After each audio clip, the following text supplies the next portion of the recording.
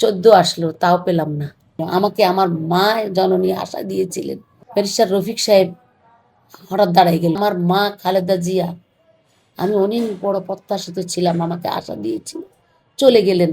আশা দিয়ে আমাকে বলেছিল যে আমি তোমাকে 2008-এ মনে হয় ব্যারিস্টার রফিক সাহেব হঠাৎ দাঁড়াই গেল। আমাকে আমার মা জননী আশা দিয়েছিলেন যে তুমি ধৈর্য ধরো, এবার রফিকের বয়স হয়েছে, রফিক সাহেব ব্যারিস্টার রফিক সাহেব উনি করুক, ওনাকে সাহায্য করো, তোমরা তোমরা উনাকে হেল্প করো, উনারকে তোমারে ভোট দিয়ে, তুমি কাউন্সিলরের অনেক ভোট আছে, এই ভোট দিয়ে উনাকে উঠা।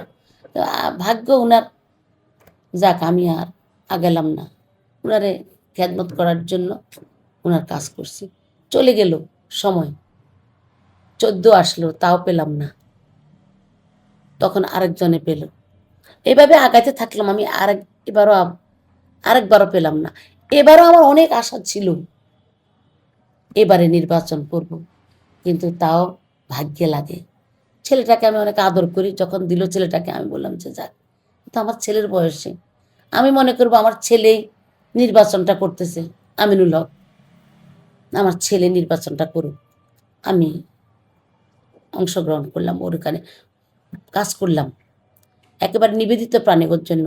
তো এখন 4টা ওয়ার্ডে আমাদের কোনো এমপি তো আসে নাই, 14, 15, 16। তাহলে আমি নারী হয়ে আমি এত দলের জন্য নিবেদিত প্রাণে, দলের জন্য আমি এত স্যাক্রিফাইস করার পরে কেন আমাকে দিবে না? অবশ্যই ইনশাআল্লাহ আমি আশাবাদী।